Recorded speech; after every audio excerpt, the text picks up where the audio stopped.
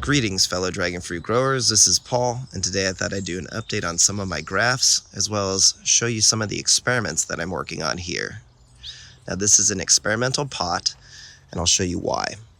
Now, first off the bat, you can see this is Diego's Desert King seedling. It's got plenty of new growth, and I got this from Richard at Grafting Dragon Fruit about 3 years ago, 2019. And a season and a half ago, I grafted a piece, a small piece, and you can see it right here. So this little piece shot some skinny growth, and now it's doing great. And you can see the mother plant here.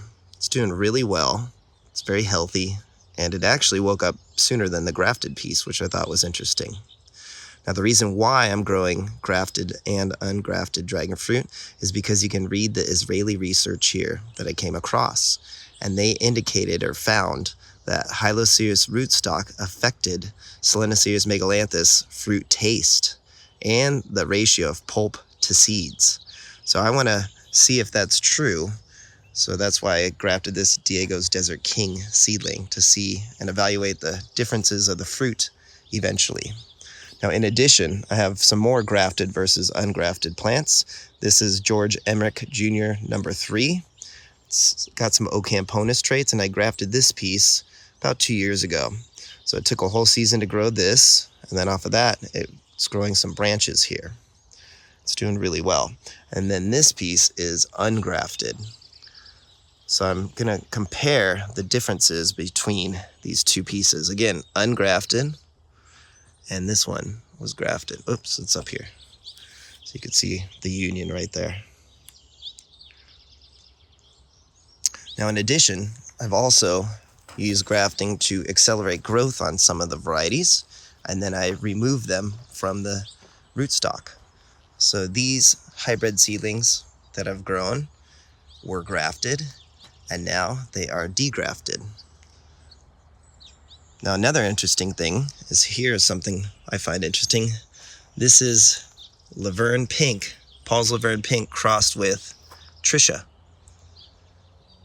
And you can see how large it is. It's top of the trellis. It has some new growth here. I've shown this recently.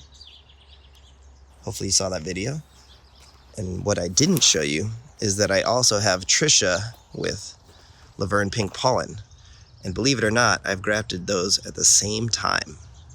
So both of these seedlings are grafted at the same time. You can see the difference in size between the two. Let's go show you. So both of these are the same age, believe it or not.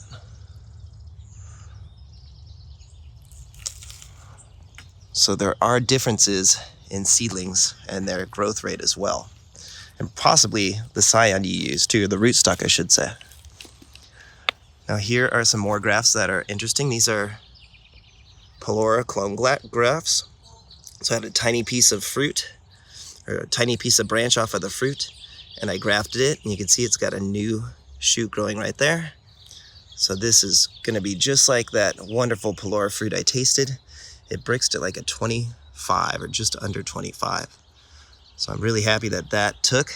Also another fruit from my Pelora. You can see that this is another successful clone graft from a piece of fruit, and hopefully that will shoot some new growth too.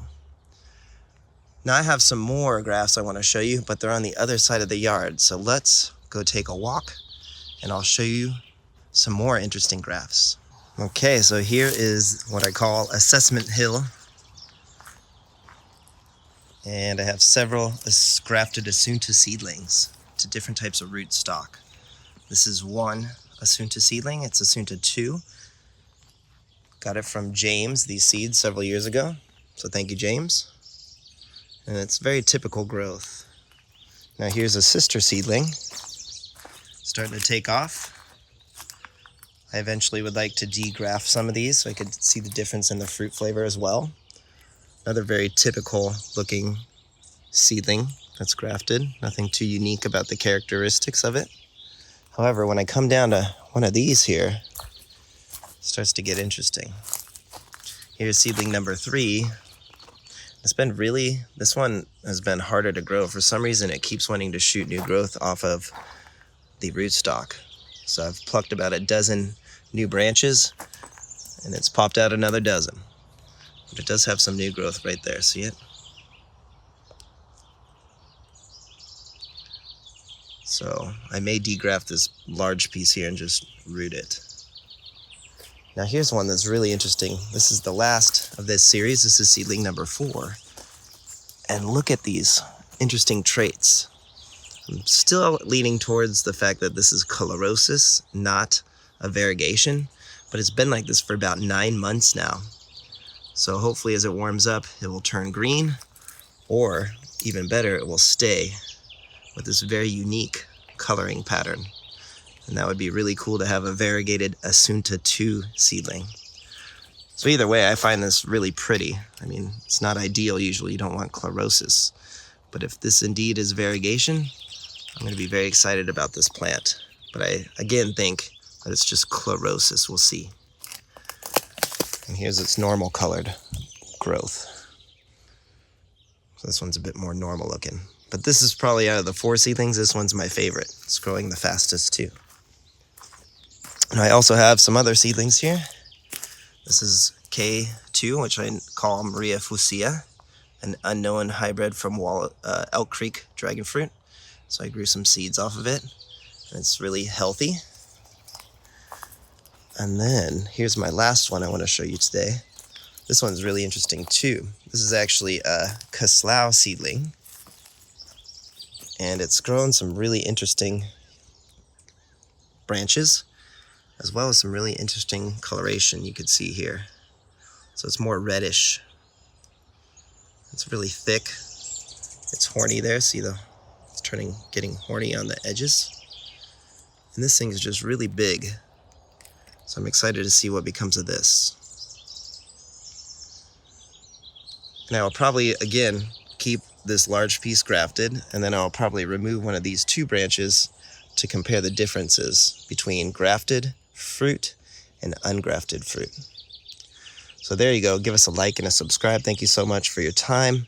Have yourself a wonderful day, and give us a like, subscribe, and hopefully we can provide some more answers to either back up or discredit that Israeli research.